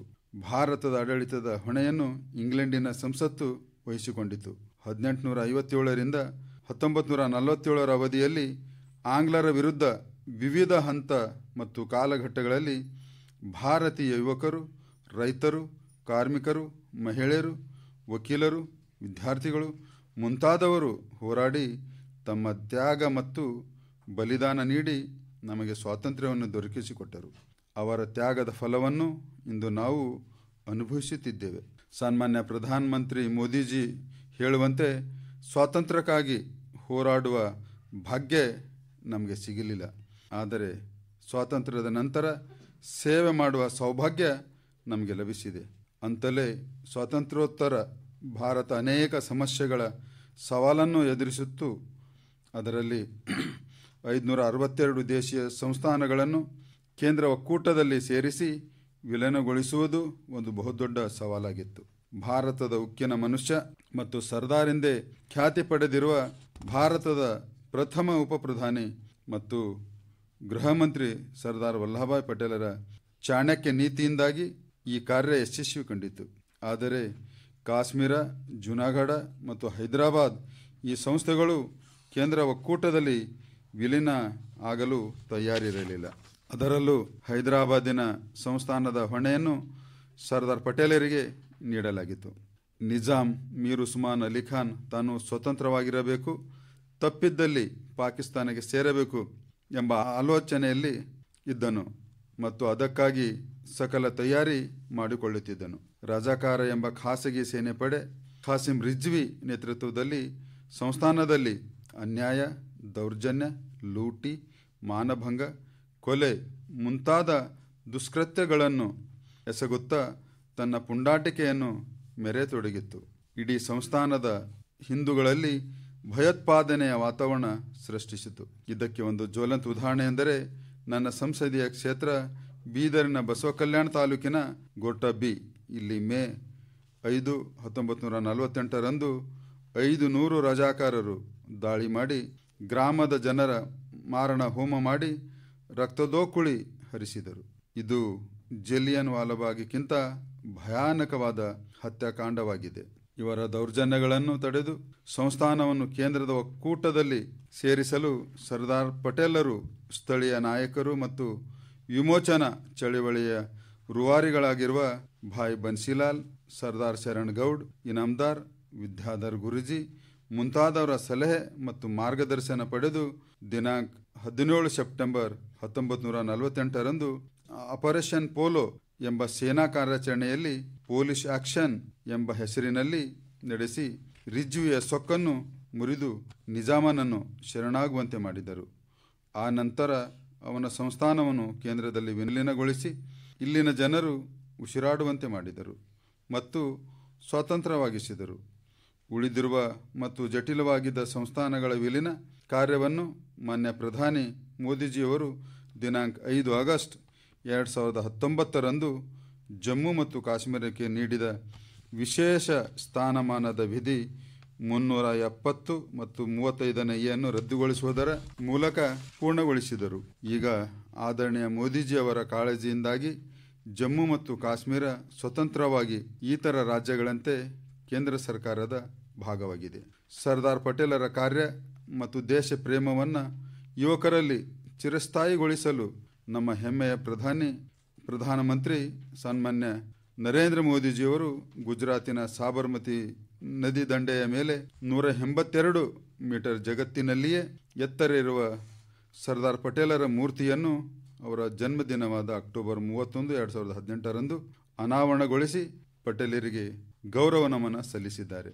ಅಸಂಖ್ಯಾತ ಹುತಾತ್ಮ ಯೋಧರನ್ನು ಸ್ಮರಣೆ ಮಾಡಿ ಅವರ ದೇಶಪ್ರೇಮ, ತ್ಯಾಗ, ಬಲಿದಾನವನ್ನು ಇಂದಿನ ಪೀಳಿಗೆಗೆ ಪರಿಚಯ ಮಾಡಿಕೊಡುವ ಕಾರ್ಯಕ್ರಮವೇ ಸ್ವಾತಂತ್ರ್ಯ ಹೋರಾಟದ ಅಮೃತ ಹೆಜ್ಜೆಗಳು ಎಂಬ ಸರಣಿ ಕಾರ್ಯಕ್ರಮವನ್ನು ಭಾರತದ ಸ್ವಾತಂತ್ರ್ಯ ಅಮೃತ ಮಹೋತ್ಸವದ ಸಂದರ್ಭದಲ್ಲಿ ಆಕಾಶವಾಣಿ ಕಲಬುರಗಿ ಹಮ್ಮಿಕೊಂಡು ನನ್ನನ್ನು ಇದರ ಉದ್ಘಾಟಕನಾಗಿ ಆಹ್ವಾನಿಸಿದ್ದು ನನಗೆ ಅತ್ಯಂತ ಸಂತೋಷ ಮತ್ತು ಹೆಮ್ಮೆಯ ವಿಷಯವಾಗಿದೆ. ಕಲಬುರಗಿ ಆಕಾಶವಾಣಿಯ ಈ ಕಾರ್ಯಕ್ರಮದಿಂದ ನಮ್ಮ ಮುಂದಿನ ಜನಾಂಗಕ್ಕೆ ಪ್ರೇರಣೆಯಾಗಲಿ. ಈ ವರ್ಷ ಭಾರತೀಯರೆಲ್ಲರೂ ಅಮೃತ ಮಹೋತ್ಸವವನ್ನು ಸಂಭ್ರಮದಿಂದ ಆಚರಿಸುವ ಸಂದರ್ಭದಲ್ಲಿ ಆಕಾಶವಾಣಿ ಈ ಕಾರ್ಯ ಸ್ತುತ್ಯಾರ್ಹ ರಾಷ್ಟ್ರೀಯ ಪ್ರಸಾರ ಮಾಧ್ಯಮವಾಗಿ ಬಾನುಲಿಯು ಭಾರತೀಯರಲ್ಲಿ ರಾಷ್ಟ್ರ ಪ್ರೇಮವನ್ನು ಬಿತ್ತಿ ರಾಷ್ಟ್ರದ ಪ್ರಗತಿಗೆ ಮಹೋನ್ನತ ಸೇವೆ ಮಾಡುತ್ತಿದೆ. ಇಂತಹ ಕಾರ್ಯಕ್ರಮ ರಾಷ್ಟ್ರ ಕಟ್ಟುವ ಕಾರ್ಯದಲ್ಲಿ ಭಾರತೀಯರೆಲ್ಲರೂ ಸ್ವಾತಂತ್ರ್ಯ ಹೋರಾಟಗಾರರಿಂದ ಪ್ರೇರಣೆ ಹೊಂದಲಿ ಎಂದು ಆಶಿಸುತ್ತೇನೆ. ಭಾರತಕ್ಕೆ 100ನೇ ಸ್ವಾತಂತ್ರ್ಯ ವರ್ಷ, ಶತಾಬ್ದಿ ವರ್ಷಕ್ಕೆ ಭಾರತ ಹೇಗಿರಬೇಕೆಂದರೆ ಬಡವರಿಲ್ಲದ ಭಾರತ, ಸಮಾನತೆಯ ಭಾರತ, ಭ್ರಷ್ಟಾಚಾರ ಮುಕ್ತ ಭಾರತ, ಸ್ವಸ್ಥ ಭಾರತ, ವಿಶ್ವಗುರುವಾಗುವ ಭಾರತ ಆಗಬೇಕನ್ನುವಂಥದ್ದನ್ನು ನಮ್ಮೆಲ್ಲರ ಸಂಕಲ್ಪವಾಗಬೇಕು. ಹಾಗೂ ಈ ಒಂದು ಕೋವಿಡ್ ಕಷ್ಟದ ಸಂದರ್ಭದಲ್ಲಿ ನಮ್ಮ ದೇಶದಲ್ಲಿಯೇ ನಿರ್ಮಾಣಗೊಂಡಿರುವಂಥ 2 ಲಸಿಕೆಗಳನ್ನು ಪ್ರತಿಯೊಬ್ಬರೂ ಲಸಿಕೆಗಳನ್ನು ಹಾಕಿಕೊಳ್ಳಬೇಕನ್ನುವಂಥದ್ದನ್ನು ನಿಮ್ಮಲ್ಲಿ ವಿನಂತಿಸುತ್ತಾ ಈ ಕಾರ್ಯಕ್ರಮದಲ್ಲಿ ಭಾಗವಹಿಸಿದವರು ಮತ್ತು ಕೇಳುಗರಿಗೆ ಮತ್ತೊಮ್ಮೆ ನನ್ನ ಪರವಾಗಿ ಹೃತ್ಪೂರ್ವಕವಾದಂಥ ಅಭಿನಂದನೆಗಳು, ಧನ್ಯವಾದಗಳನ್ನು ಹೇಳಿ ನನ್ನ ಮಾತಿಗೆ ನಾನು ವಿರಾಮವನ್ನು ಕೊಡ್ತೀನಿ. ಶುಭವಾಗಲಿ. ನಮ್ಮದು ಭಾರತ ದೇಶ ಘನ, ಜಾಗೃತವಾಗಲಿ ನಮ್ಮ ಜನ, ನವ ನಿರ್ಮಾಣವು ನಮ್ಮ ಪಣ, ಅರ್ಪಿತವಾಗಲಿ ಪೂರ್ಣಮನ ಎನ್ನುವ ಹಾಗೆ ಇದುವರೆಗೆ ಕೇಂದ್ರದ ರಾಸಾಯನಿಕ ಮತ್ತು ರಸಗೊಬ್ಬರ ಹಾಗೂ ನವೀಕರಿಸಬಹುದಾದ ಇಂಧನ ಖಾತೆಯ ರಾಜ್ಯ ಸಚಿವರಾದ ಸನ್ಮಾನ್ಯ ಶ್ರೀ ಭಗವಂತ್ ಖೂಬಾ ಅವರು ಮುಖ್ಯ ಭಾಷಣವನ್ನ ಪ್ರಸ್ತುತಪಡಿಸಿದ್ದಾರೆ. ಸಚಿವರಿಗೆ ಅನಂತ ಧನ್ಯವಾದಗಳು. ಈಗ ಹಿರಿಯ ಶ್ರೇಣಿಯ ಕೆಎಎಸ್ ಅಧಿಕಾರಿ, ಕಲ್ಯಾಣ ಕರ್ನಾಟಕ ಮಾನವ ಸಂಪನ್ಮೂಲ ಹಾಗೂ ಕೃಷಿ ಮತ್ತು ಸಾಂಸ್ಕೃತಿಕ ಸಂಘದ ಕಾರ್ಯದರ್ಶಿಗಳಾದ ಶ್ರೀ ಭೀಮಾಶಂಕರ್ ತೆಗ್ಗಳ್ಳಿಯವರು ಶುಭ ಹಾರೈಕೆಗಳನ್ನು ನೀಡಬೇಕಾಗಿ ಕೇಳ್ಕೊಳ್ತೇನೆ. ಎಲ್ಲ ಕೇಳುಗರಲ್ಲಿ ಸ್ವತಂತ್ರ ಸಂಗ್ರಾಮದ ಅಮೃತ ಮಹೋತ್ಸವದ ಶುಭಾಶಯಗಳನ್ನು ಕೋರ್ತಾ ಇದ್ದೀನಿ. ಈ ಒಂದು ಸ್ವಾತಂತ್ರ್ಯ ಹೋರಾಟದ ಅಮೃತ ಹೆಜ್ಜೆಗಳ ಸರಣಿ ಕಾರ್ಯಕ್ರಮದ ಉದ್ಘಾಟನೆ ಸಮಾರಂಭಕ್ಕೆ ಉದ್ಘಾಟಕರಾಗಿ ಆಗಮಿಸಿ ತಮ್ಮ ಒಂದು ಭಾಷಣವನ್ನು ಮಾಡಿರುವ ಸನ್ಮಾನ್ಯ ಶ್ರೀ ಭಗವಂತ್ ಖೂಬಾ ಸಾಹೇಬರು, ಕೇಂದ್ರ ಸಚಿವರು ಅವರೇ, ಮುಖ್ಯ ಅತಿಥಿಗಳಾಗಿ ಇವತ್ತಿನ ಒಂದು ಕಾರ್ಯಕ್ರಮಕ್ಕೆ ಆಗಮಿಸಿರುವ ಹೈದರಾಬಾದ್ ಕರ್ನಾಟಕ ಹೋರಾಟಗಾರರಾದ ಮಹಾದೇವಪ್ಪ ಕಡೇಚೂರ್ ಅವರೇ, ಶ್ರೀ ಜಿ ಗುರುಮೂರ್ತಿ ಅವರೇ, ಸಂಗಮೇಶ್ ಅವರೇ, ಅನಿಲ್ ಕುಮಾರ್ ಅವರೇ, ಹಾಗೂ ಭಾರತ ದೇಶದ ಹಾಗೂ ಕಲ್ಯಾಣ ಕರ್ನಾಟಕ ಭಾಗದ ಪ್ರತಿಯೊಬ್ಬ ನಾಗರಿಕರೇ, ಕೇಳುಗರೆ, ಇವತ್ತಿನ ಈ ಒಂದು ಸುಸಂದರ್ಭದಲ್ಲಿ ಕಲ್ಯಾಣ ಕರ್ನಾಟಕ ಮಾನವ ಸಂಪನ್ಮೂಲ ಕೃಷಿ ಹಾಗೂ ಸಾಂಸ್ಕೃತಿಕ ಸಂಘದ ಕಾರ್ಯದರ್ಶಿಯಾಗಿ ಮಾನ್ಯ ಅಧ್ಯಕ್ಷರಾದ ಬಸವರಾಜ ಪಾಟೀಲ್ ಶೇಡಂಜಿ ಅವರ ಪರವಾಗಿ ಇವತ್ತಿನ ಒಂದು ಕಾರ್ಯಕ್ರಮದಲ್ಲಿ ಪಾಲ್ಗೊಳ್ಳಲು ನನಗೆ ಅತ್ಯಂತ ಹೆಮ್ಮೆಯ ವಿಷಯವಾಗಿದೆ. ಈ ಒಂದು ಕಾರ್ಯಕ್ರಮದಲ್ಲಿ 2 ವಿಷಯಗಳಿದೆ. ಒಂದು ಸ್ವಾತಂತ್ರ್ಯ ಹೋರಾಟದ ಒಂದು ಅಮೃತ ಹೆಜ್ಜೆಗಳು ಮತ್ತು ಈ ಒಂದು ಕಲಬುರಗಿ ಆಕಾಶವಾಣಿ ಕೇಂದ್ರದ 55ನೇ ವರ್ಷದ ಸಂಭ್ರಮಾಚರಣೆ. ಮೊದಲನೆಯದಲ್ಲಿ ನಮ್ಮೆಲ್ಲರಿಗೂ ಗೊತ್ತು, ಭಾರತ ಸ್ವಾತಂತ್ರ್ಯ ಹೋರಾಟಗಾರರು 1857ರಿಂದ 1947ರವರೆಗೆ ಸಾಕಷ್ಟು ನಮ್ಮ ನೇತಾರರು, ಹೋರಾಟಗಾರರು, ಮಹಾತ್ಮ ಗಾಂಧೀಜಿಯವರು ಇರ್ಬೋದು, ಸುಭಾಷ್ ಚಂದ್ರ ಬೋಸ್ ಅವರು ಇರ್ಬೋದು, ಸರ್ದಾರ್ ವಲ್ಲಭಾಯ್ ಪಟೇಲ್ ಇರ್ಬೋದು, ಇದರ ಜೊತೆಗೆ ಇತರೆ ಸಂಘಟನೆಗಳು, ವಿದ್ಯಾರ್ಥಿಗಳು, ಮಹಿಳೆಯರು ಸಾಕಷ್ಟು ವಿವಿಧ ದೇಶದ ವಿವಿಧ ಭಾಗಗಳಲ್ಲಿ ನಾವು ಬ್ರಿಟಿಷರ ವಿರುದ್ಧ, ಪರಕೀಯರ ವಿರುದ್ಧ ಹೋರಾಡಿ ಆ ಒಂದು ಇತಿಹಾಸ ಬಹಳ ಕಹಿ ನೆನಪು ನಮ್ಮ ಪ್ರತಿಯೊಬ್ಬ ಜನರಿಗೆ, ಪ್ರತಿಯೊಬ್ಬ ಯುವಕರಿಗೆ ನಮಗೆ ಇವತ್ತು ಗೊತ್ತಿದೆ. ಈ ಒಂದು ಅಮೃತ ಹೆಜ್ಜೆಗಳು, ಹಳೆಯ ಒಂದು ನೆನಪು ನಾವು ಪ್ರತಿಯೊಬ್ಬ ಒಂದು ನಾಗರಿಕರಿಗೆ, ಯುವ ಪೀಳಿಗೆಗೆ ಅದು ನಾವು ತಿಳಿಸ್ಕೊಡ್ಬೇಕಾಗಿದೆ. ಈ ಒಂದು ಆಕಾಶವಾಣಿ ಕೇಂದ್ರಗಳ ಮುಖಾಂತರ, ದೂರದರ್ಶನಗಳ ಮುಖಾಂತರ ನಾವು ಈ ಒಂದು 75ರ ಸಂಭ್ರಮಾಚರಣೆಯಲ್ಲಿ ನಾವೇನೇನು ಅನುಭವಿಸಿದ್ವಿ, ನಮ್ಮ ಹಿರಿಯರು, ನಾವು ಅದರಲ್ಲಿ ಪಾಲ್ಗೊಳ್ಳದೇ ಇರ್ಬೋದು, ಆದರೆ ಅದರ ಒಂದು ಫಲಿತಾಂಶ, ಅವರ ಒಂದು ಪಟ್ಟ ಕಷ್ಟ ಇರ್ಬೋದು, ಅವರು ಮಾಡಿದ ಹೋರಾಟದ ಫಲವಾಗಿ ನಾವು ಇವತ್ತು ಸುಭದ್ರ ದೇಶದಾಗಿ ಅಭಿವೃದ್ಧಿಯಾಗಿ ನಾವು ಜಗತ್ತಿನಲ್ಲಿಯೇ ಒಂದು ಹೆಮ್ಮೆ ಪಡುವಂಥ ದೇಶವಾಗಿ ನಾವು ನೋಡ್ತಾ ಇದ್ದೀವಿ. ಸೊ ಈ ಸರಣಿ ಕಾರ್ಯಕ್ರಮದಲ್ಲಿ ಭಾರತದ ಯುವ ಪೀಳಿಗೆಗೆ ದೇಶಭಕ್ತಿ, ದೇಶ ಪ್ರೇಮ ಯಾವಾಗ ಬರುತ್ತೆ ಅಂದರೆ ನಾವು ಇತಿಹಾಸದ ಕುರಿತು ಅವರಿಗೆ ತಿಳಿ ಹೇಳಿದಾಗ ಮಾತ್ರ. ಪಠ್ಯಪುಸ್ತಕದಲ್ಲಿ ಈಗಾಗಲೇ ಇದೆ, ನಾವು ಕೂಡ ಓದಿ ಬಂದಿದ್ದೇವೆ, ಇತಿಹಾಸ ಸಾಕಷ್ಟು ಓದಿದ್ದೇವೆ. ಆದರೆ ನಮ್ಮ ದೈನಂದಿನ ಜೀವನದಲ್ಲಿ ನಾವು ಇತಿಹಾಸ ಮರಿತೀವಿ. ಇತಿಹಾಸ ಮರೆದಾಗ ನಮ್ಮ ದೇಶ ಪ್ರೇಮ ಅದು ಕೂಡ ಕಮ್ಮಾಗುತ್ತೆ. ದೇಶ ಪ್ರೇಮ, ದೇಶಭಕ್ತಿ ಯಾವಾಗ ಹೆಚ್ಚುತ್ತಾ ಇದ್ದರೆ ನಮಗೆ ಇತಿಹಾಸಗಳು ನೆನಪು ಮಾಡ್ತಾ ಇರಬೇಕು. ಪ್ರತಿಯೊಬ್ಬರು ಇತಿಹಾಸ ನೆನಪು ಮಾಡಬೇಕು. ಸೊ ಇದರಿಂದ ಯುವಕರಲ್ಲಿ ದೇಶ ಪ್ರೇಮ ಹೆಚ್ಚಾದಾಗ ಮಾತ್ರ, ಯುವಕರು ಜಾಗೃತರಾದಾಗ ದೇಶದಲ್ಲಿ ದೇಶದ್ರೋಹಿ ಘಟನೆಗಳು ಆಗಲಿಕ್ಕೆ ಸಾಧ್ಯನೇ ಇಲ್ಲ. ನಾವು ಯುವಕರು ಎಚ್ಚೆತ್ತುಕೊಂಡಾಗ, ಯುವಜನರು ಎಚ್ಚೆತ್ತುಕೊಂಡಾಗ ದೇಶ ಕಟ್ಟುವ ಕೆಲಸ ತಾನಾಗೇ ಆಗುತ್ತೆ.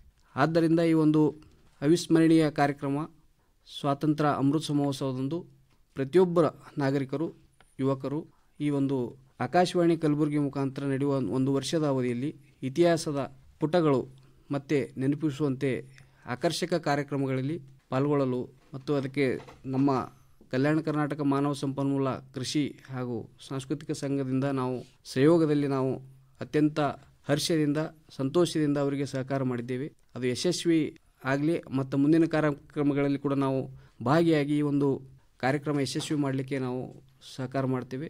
ಆಕಾಶವಾಣಿ ಕೂಡ ಇವತ್ತಿನ ಒಂದು ಮಾಧ್ಯಮ, ಭಾಳಷ್ಟು ಮಾಧ್ಯಮ ರಂಗಗಳು ಮುಂದೆ ಹೋಗಿದೆ. ವೈಜ್ಞಾನಿಕವಾಗಿ ಸೋಷಿಯಲ್ ಮೀಡಿಯಾ ಇದ್ದರೂ ಕೂಡ, ಮಾಧ್ಯಮ ಮುಂದುವರೆದರೂ ಕೂಡ ಆಕಾಶವಾಣಿ ಇನ್ನೂ ಕೂಡ ಅದರ ಮಹತ್ವವನ್ನು ಉಳಿಸಿಕೊಂಡಿದೆ.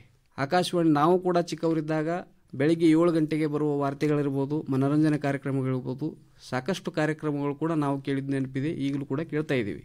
ಇದರಿಂದ ಆಕಾಶವಾಣಿ ಮಾನ್ಯ ಪ್ರಧಾನಮಂತ್ರಿ ನರೇಂದ್ರ ಮೋದಿ ಸಾಹೇಬರು ಅವರಿಂದ ಒಂದು ಮನ್ ಕಿ ಬಾತ್ ಕಾರ್ಯಕ್ರಮದಿಂದ ಆಕಾಶವಾಣಿಯ ಒಂದು ಮಹತ್ವ ಇನ್ನೂ ಹೆಚ್ಚು, ಜನಪ್ರಿಯತೆ ಹೆಚ್ಚಾಗಿದೆ.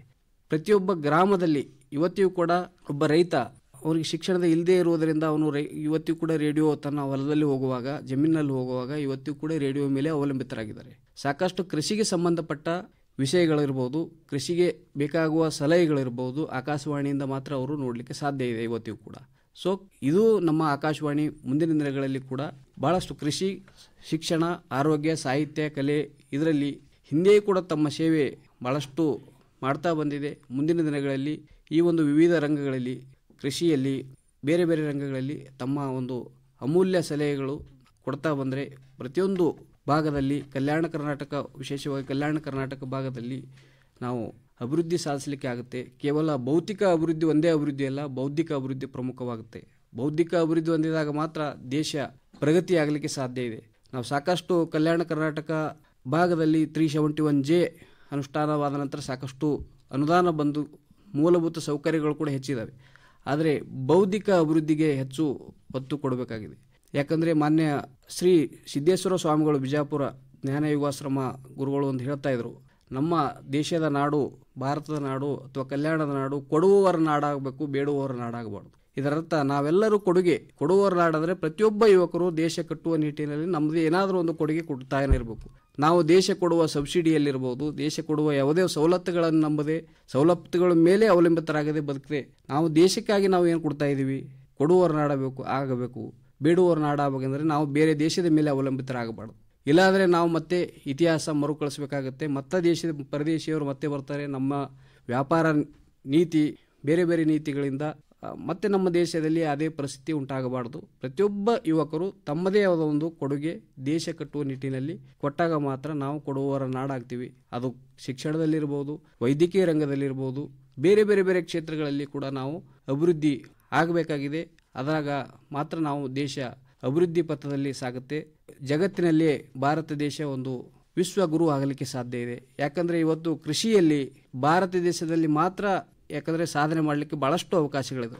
ಡೆಮೋಗ್ರಫಿಕ್ ಡಿವಿಡೆಂಡ್ ಅಂತಾರೆ ಅರ್ಥಶಾಸ್ತ್ರದಲ್ಲಿ. ಡೆಮೋಗ್ರಫಿಕ್ ಡಿವಿಡೆಂಡ್ ಅಂದರೆ ನಮಗೆ ಸಾಕಷ್ಟು ಜನರು ಇದ್ದಾರೆ, ಅದರ ಸದುಪಯೋಗ, ಮಾನವ ಸಂಪನ್ಮೂಲ ಇದೆ, ಅದರ ಸದುಪಯೋಗ ಆಗಬೇಕಾಗಿದೆ. ಪ್ರತಿಯೊಬ್ಬರು ಈಗ ಕೃಷಿಯಲ್ಲಿ ಏನಾಗಿದೆ, ಇವತ್ತು ಒಂದು 10 ಎಕರೆ ಜಮೀನಿನಲ್ಲಿ ಒಬ್ಬ ಕೆಲಸ ಮಾಡಬೇಕಾಗಿದೆ, ಅನಾವಶ್ಯಕವಾಗಿ ಇಬ್ಬರು ಕೆಲಸ ಮಾಡ್ತಾ ಇದ್ದಾರೆ. 10 ಎಕರೆದಲ್ಲಿ ಅವನು 10 ಕ್ವಿಂಟಾಲ್ ಅಕ್ಕಿ ತೆಗಿಬೋದೇನೋ, 15 ಕ್ವಿಂಟಾಲ್ ಅಕ್ಕಿ ತೆಗಿಲಿಕ್ಕೆ ಆಗೋದಿಲ್ಲ. ಅವನು ಒಬ್ಬ ವಿದ್ಯಾವಂತ, ಅವನು ಯಾವುದೇ ಉದ್ಯೋಗ ಇಲ್ಲ ಅಂತೇಳಿ ಅವನು ಕೂಡ ಕೃಷಿ ಅದೇ 10 ಎಕರೆ ಜಮೀನಲ್ಲಿ ಹೋಗಿ ಒಬ್ಬ ಅಣ್ಣ ಮಾಡ್ತಾ ಇದ್ದ, ಇವನು ಕೂಡ ವಿದ್ಯಾವಂತ ಕಲ್ತರೂ ಕೂಡ ಅವನು ಅಲ್ಲಿ ಮಾಡ್ತಾ ಇದ್ದಾನೆ. ಅದು 10 ಕ್ವಿಂಟಲ್ ಬರ್ತಾ ಇದೆ, ಅವನು ಕೊಡುಗೆ ಶೂನ್ಯ. ವಿದ್ಯಾ ಕಲ್ತಿದ್ರು ಕೂಡ ಅವನು ಉದ್ಯೋಗಿ ಯಾವುದೋ ಒಂದು ಫ್ಯಾಕ್ಟ್ರಿಯಲ್ಲಿ ಹೋಗ್ಬೋದಾಗಿತ್ತು, ಅವನು ಬೇರೆ ಮಾಡ್ಬೋದಾಗಿತ್ತು. ಇದಕ್ಕೆ ಡಿಸ್ಗೈಸ್ಡ್ ಅನ್ಎಂಪ್ಲಾಯ್ಮೆಂಟ್ ಅಂತಾರೆ. ಮರೆ ಮಾಚಿದ ನಿರುದ್ಯೋಗ ದೇಶದಲ್ಲಿ ಇನ್ನೂ ಕೂಡ ಇದೆ. ಸೊ ಮರೆ ಮಾಚಿದ ನಿರುದ್ಯೋಗ ಯಾವಾಗ ಆಗುತ್ತೆ ಅಂದರೆ, ಆ ಮನುಷ್ಯಗೆ ಒಬ್ಬರಿಗೆ ನಾವು ಉದ್ಯೋಗ ಕೊಟ್ಟರೆ, ಉದ್ಯೋಗ ಸೃಷ್ಟಿ ಮಾಡಿದರೆ ಅವನ ಕಾಂಟ್ರಿಬ್ಯೂಷನ್ ಡಬಲ್ ಆಗುತ್ತೆ, ಅವನ ಕಾಂಟ್ರಿಬ್ಯೂಷನ್ ದೇಶಕ್ಕೆ ಹೆಚ್ಚಾಗುತ್ತೆ. ಅಂದರೆ ಕೈಗಾರಿಕಾ ವಲಯ, ಕೈಗಾರಿಕೆ ಕ್ಷೇತ್ರಕ್ಕೆ ಅವನ ಕಡೆ ಬರಬೇಕು. ಸೇವಾ ಕ್ಷೇತ್ರದಲ್ಲಿ ಹೆಚ್ಚು ಜನರು, ಕೃಷಿಯಿಂದ ಹೆಚ್ಚು ಜನರು ಅಲ್ಲಿ ಬಂದರೆ, ಕೃಷಿಯಲ್ಲಿ ಎಷ್ಟು ಅವಶ್ಯಕತೆ ಇದೆ ಅಷ್ಟು ಜನ ಕೃಷಿ ಮಾಡಿದರೆ ಸಾಕಾಗಿದೆ. ಕೃಷಿ, ಕೈಗಾರಿಕೆ, ಸೇವಾ ಕ್ಷೇತ್ರದಲ್ಲಿ ಆಗುವ ಒಂದು ಬೆಳವಣಿಗೆಯೇ ನಮ್ಮ ಭಾರತದ GDP ಆಗುತ್ತೆ. ಹೆಚ್ಚು ಅಭಿವೃದ್ಧಿ, ಅರ್ಥಶಾಸ್ತ್ರದಲ್ಲಿ GDP ಎಷ್ಟು ಹೆಚ್ಚಾಗುತ್ತೆ ಅಷ್ಟು ಭಾರತ ಅಭಿವೃದ್ಧಿ ಆದಾಗೆ. ಹೆಚ್ಚು ಅಭಿವೃದ್ಧಿ ಆದರೆ ಹೆಚ್ಚು ನಮ್ಮ ಬಡತನ ರೇಖೆಗಿಂತ ಕೆಳಮಟ್ಟ ಬದುಕುವ ಜನರು ಕೂಡ ಕಡಿಮೆ ಆಗ್ತಾರೆ. ನಮ್ಮ ದೇಶ ಪ್ರತಿಯೊಬ್ಬರು ಕೂಡ ಪರ್ಚೇಸಿಂಗ್ ಪವರ್ ಪ್ಯಾರಿಟಿ, ಪ್ರತಿಯೊಬ್ಬರಿಗೆ ಪರ್ಚೇಸ್ ಮಾಡುವ ಕೆಪಾಸಿಟಿ ಬರುತ್ತೆ. ಪ್ರತಿಯೊಬ್ಬರು ಮನೆಯಲ್ಲಿ ಮಕ್ಕಳು ಒಳ್ಳೆಯ ವಿದ್ಯಾವಂತರಾಗ್ತಾರೆ. ಪ್ರತಿಯೊಬ್ಬರು ವಿದ್ಯಾವಂತರಾದರೆ ಪ್ರತಿಯೊಬ್ಬರ ದೇಶಕ್ಕೆ ಸಾಕಷ್ಟು ಕೊಡುಗೆ ಕೊಡ್ಬೋದು.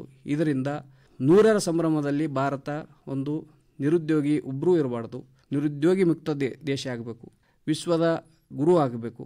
ವಿಶ್ವಕ್ಕೆ ನಮ್ಮ ದೇಶದ ಕೊಡುಗೆ ಸಾಕಷ್ಟು ಆಗಬೇಕು. ನಾವು ಪರ ದೇಶದ ಮೇಲೆ ಯಾವುದೇ ಆಮದಾಗಲಿ ಬೇರೆ ಕಚ್ಚಾ ವಸ್ತುಗಳಿಗಾಗಿ ನಾವು ಡಿಪೆಂಡ್ ಆಗದೆ ನಮ್ಮ ಕ್ಷೇತ್ರಗಳನ್ನು ನಾವು ಸದೃಢವಾಗಿ ಬೆಳೆಸಿದಾಗ ಮಾತ್ರ ನಾವು 100ರ ಸಂಭ್ರಮ ಅತ್ಯಂತ ಯಶಸ್ವಿಯಾಗಿ ಮಾಡೋಣ.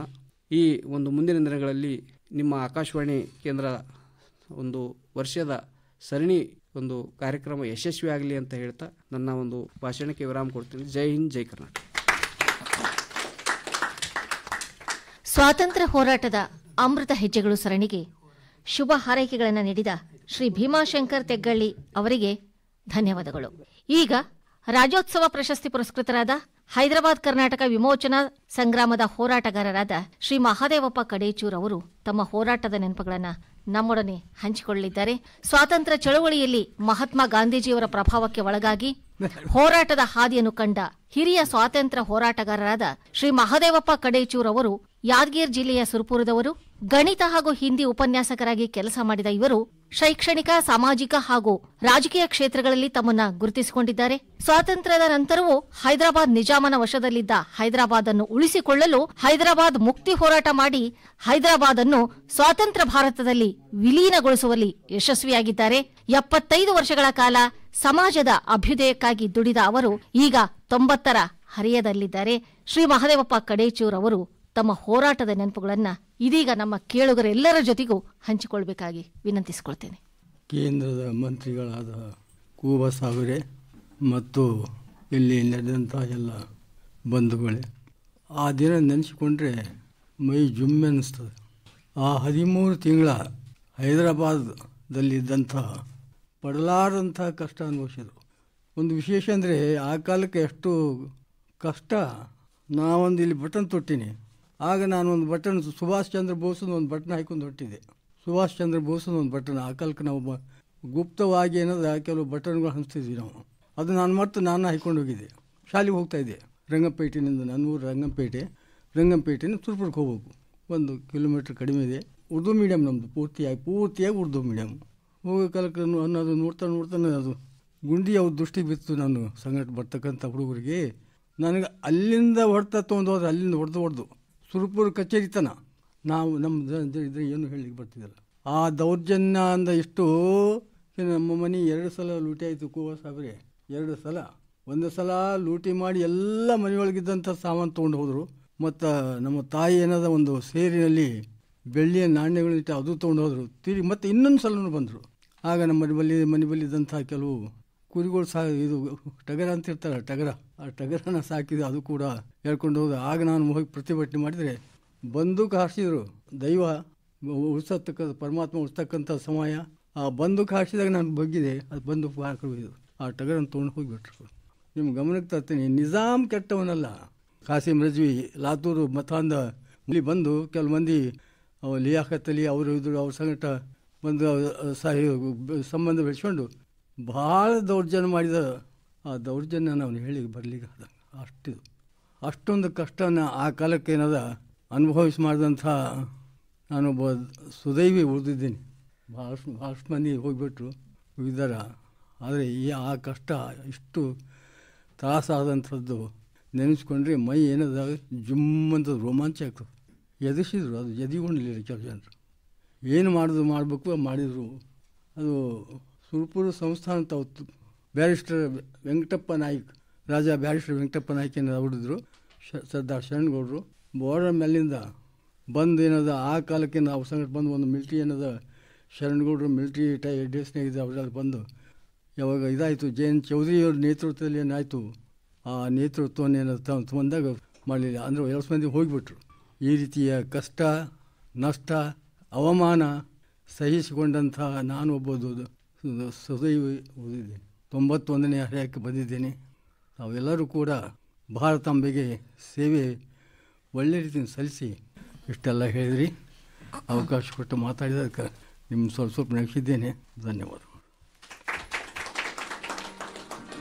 ಕರ್ಮವೇನೇ ಇರಲಿ ಧರ್ಮವೇನೇ ಇರಲಿ, ಧರ್ಮ ಕರ್ಮ ಬಿತ್ತಿದೆ ಭಾರತದ ಸಂಸ್ಕೃತಿ ಶಾಶ್ವತ.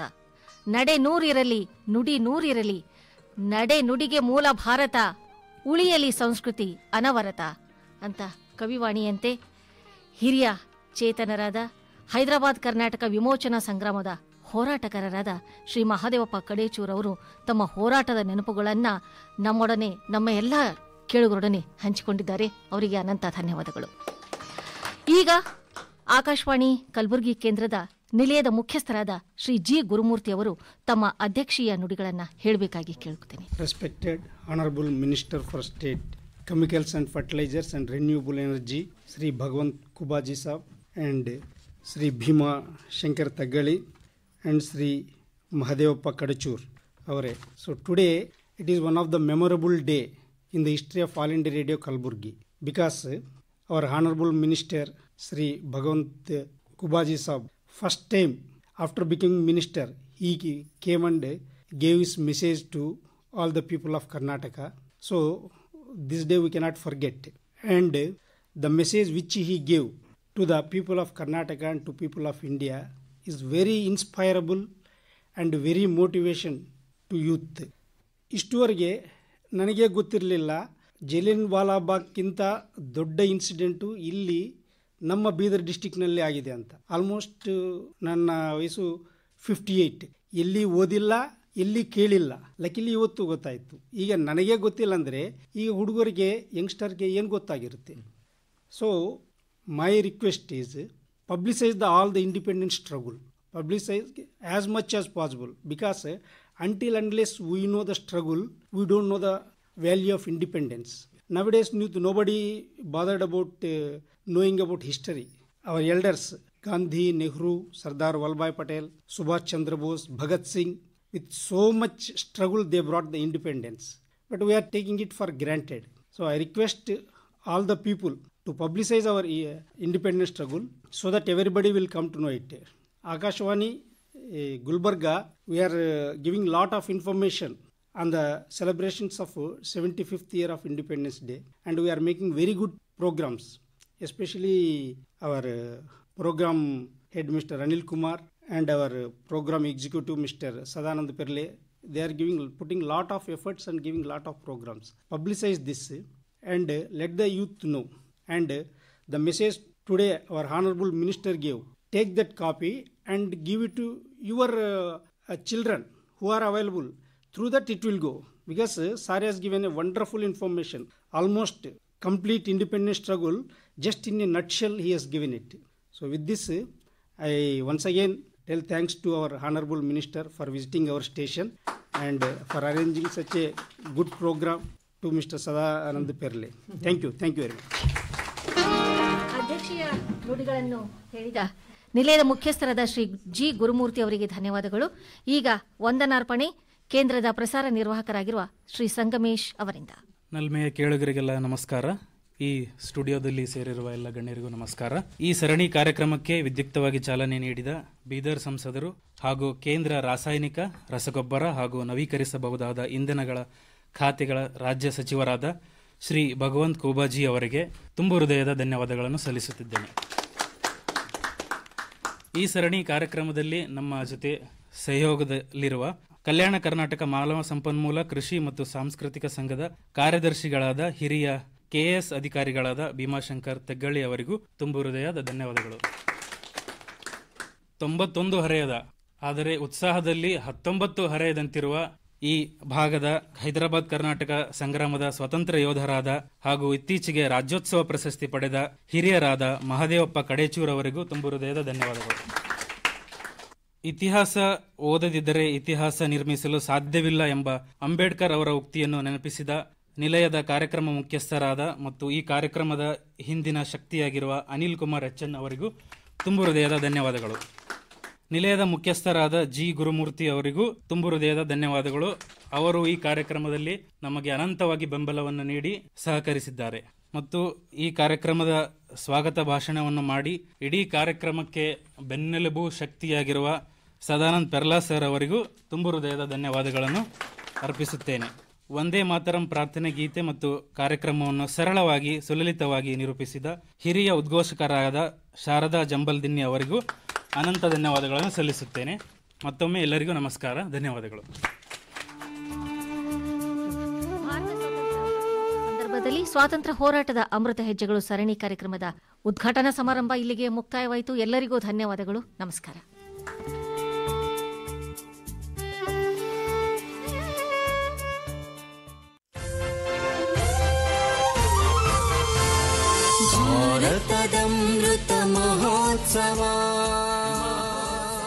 ಇದುವರೆಗೆ ಭಾರತದ ಸ್ವಾತಂತ್ರ್ಯ ಅಮೃತ ಮಹೋತ್ಸವದ ಸಂದರ್ಭದಲ್ಲಿ ಕಲಬುರಗಿ ಆಕಾಶವಾಣಿ ಕೇಂದ್ರವು ಹಮ್ಮಿಕೊಂಡ ಸ್ವಾತಂತ್ರ್ಯ ಹೋರಾಟದ ಅಮೃತ ಹೆಜ್ಜೆಗಳು ಸರಣಿ ಕಾರ್ಯಕ್ರಮದ ಉದ್ಘಾಟನಾ ಸಮಾರಂಭದ ನೇರ ಪ್ರಸಾರ ಕೇಳಿದಿರಿ. ಭಾರತಿಗೆ ದೀಪೋತ್ಸವ ನಮ್ಮ ನೆಲದ ಬೆಳಕೋತ್ಸವ. ಸ್ವಾತಂತ್ರ್ಯ ಹೋರಾಟದ ಅಮೃತ ಹೆಜ್ಜೆಗಳು ಸರಣಿಗೆ ಚಾಲನೆ ನೀಡಿದವರು ಕೇಂದ್ರದ ರಾಸಾಯನಿಕ ಮತ್ತು ರಸಗೊಬ್ಬರ ಹಾಗೂ ನವೀಕರಿಸಬಹುದಾದ ಇಂಧನ ಖಾತೆಯ ರಾಜ್ಯ ಸಚಿವರಾದ ಸನ್ಮಾನ್ಯ ಶ್ರೀ ಭಗವಂತ್ ಖೂಬಾ. ಇವರೊಂದಿಗೆ ಅತಿಥಿಗಳಾಗಿ ಭಾಗವಹಿಸಿದವರು ಹೈದರಾಬಾದ್ ಕರ್ನಾಟಕ ವಿಮೋಚನಾ ಸಂಗ್ರಾಮದ ಹೋರಾಟಗಾರರು ಹಾಗೂ ಈ ಬಾರಿಯ ರಾಜ್ಯೋತ್ಸವ ಪ್ರಶಸ್ತಿ ಪುರಸ್ಕೃತರಾದ ಶ್ರೀ ಮಹದೇವಪ್ಪ ಕಡೇಚೂರ್ ಮತ್ತು ಕಲ್ಯಾಣ ಕರ್ನಾಟಕ ಮಾನವ ಸಂಪನ್ಮೂಲ ಕೃಷಿ ಮತ್ತು ಸಾಂಸ್ಕೃತಿಕ ಸಂಘದ ಕಾರ್ಯದರ್ಶಿಗಳಾದ ಶ್ರೀ ಭೀಮಾಶಂಕರ್ ತೆಗ್ಗಳ್ಳಿ. ಭಾರತದ ಅಮೃತ ಮಹೋತ್ಸವ. ಕಾರ್ಯಕ್ರಮದ ನಿರೂಪಣೆ ಶ್ರೀಮತಿ ಶಾರದಾ ಜಂಬಲ್ದಿನ್ನಿ. ತಾಂತ್ರಿಕ ನೆರವು ಕೆ ಫೆಬಿಶೇಖರ್, ಅಶೋಕ್ ಕುಮಾರ್ ಸೋನ್ಕಾವಡೆ, ಟಿಡಿ ಕುಲಕರ್ಣಿ, ಮೊಹಮ್ಮದ್ ಅಬ್ದುಲ್ ರೌಫ್. ಸ್ಮಿತದ ಮಹೋತ್ಸವ 75ರ ಮಹೋತ್ಸವ. ಪ್ರಸಾರ ನೆರವು ಸಂಗಮೇಶ್, ಲಕ್ಷ್ಮೀಕಾಂತ್ ಪಾಟೀಲ್, ಮೀನಾಕ್ಷಿ ಸತೀಶ್ ಕುಮಾರ್, ಮೇಘಾ ಪಾಟೀಲ್. ಸ್ಮಿತದ ಮಹೋತ್ಸವ 75ರ ನಿರ್ಮಾಣ ಡಾಕ್ಟರ್ ಸದಾನಂದ್ ಪೆರ್ಲಾ.